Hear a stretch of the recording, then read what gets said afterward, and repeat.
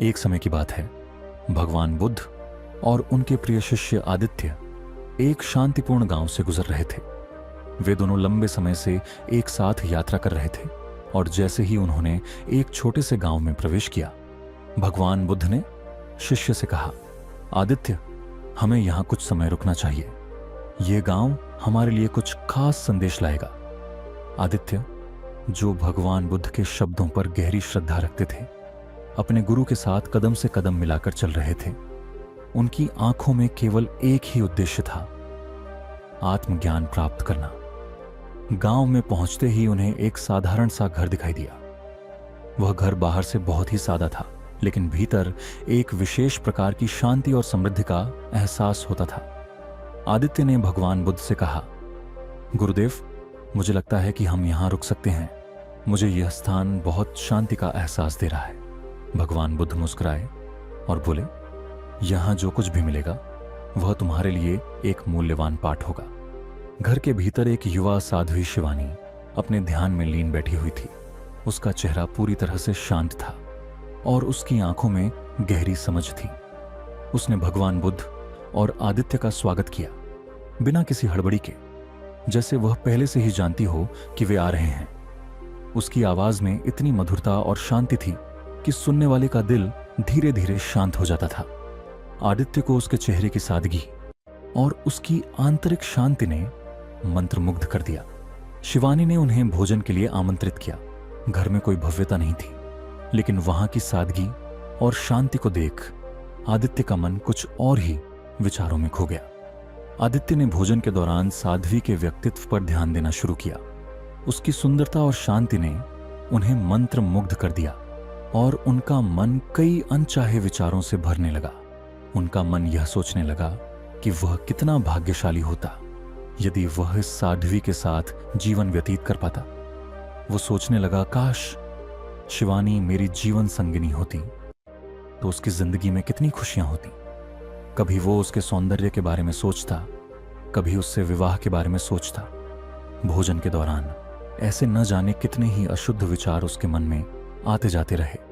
धीरे धीरे विचारों ने उसे पूरी तरह से घेर लिया था, लेकिन फिर अचानक जैसे ही वह इन विचारों में और गहरे डूबने लगा, उसे महसूस हुआ कि वह कुछ गलत कर रहा है। उसे एक चुप्पी ने घेर लिया और उसने सोचा, मैं एक साधु हूं, ये विचार मेरे पथ से भटक सकते हैं। तभी जैसे ही आदित्य के मन में यह विचार आया, शिवानी ने उसकी आंखों में देखा। उसकी आंखें गहरी समझ से भरी हुई थीं, जैसे वह आदित्य के मन के अंदर के हर विचार को पढ़ रही हो।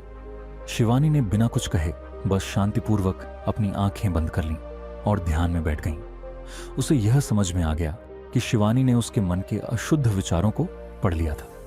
यह अनुभव आदित्य के लिए एक बड़ा पल था।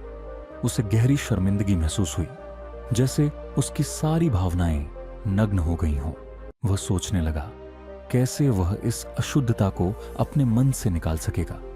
शिवानी ने धीरे से अपनी आंखें खोलीं और उसने आदित्य से कहा, महात्मा, मैं जानती हूं कि तुम्हारे मन में कुछ विचार चल रहे हैं, लेकिन तुम्हें समझना चाहिए कि इस जीवन का उद्देश्य आत्मा की शुद्धता है, न कि बाहरी आकर्षण और भटकते विचारों में खोना।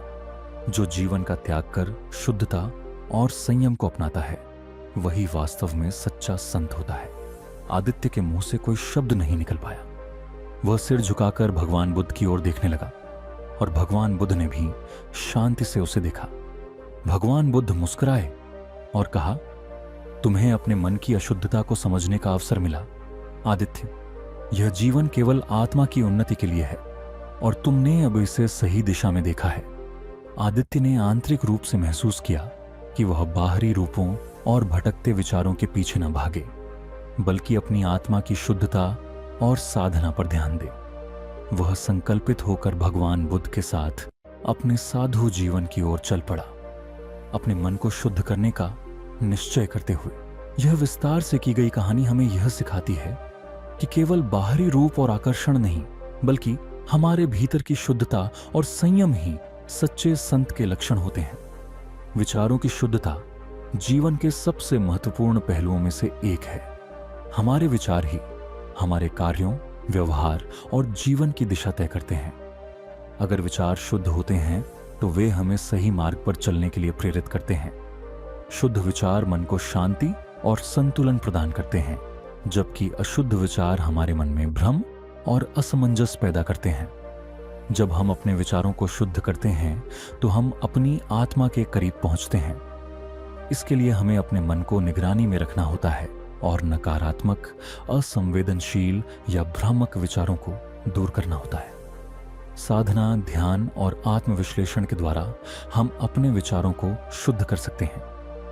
जैसे शरीर को शुद्ध करने के लिए शुद्ध आहार की आवश्यकता होती है, वैसे ही मन को शुद्ध करने के लिए शुद्ध विचारों की आवश्यकता होती है। शुद्ध विचारों से जीवन में संतुलन, खुशी और सफलता प्राप्त होती है। दोस्तों, आपको ये कहानी पसंद आई हो तो इसे शेयर भी करें और समाज को अच्छा बनाने में सहयोग दें। कहानी देखने के लिए धन्यवाद।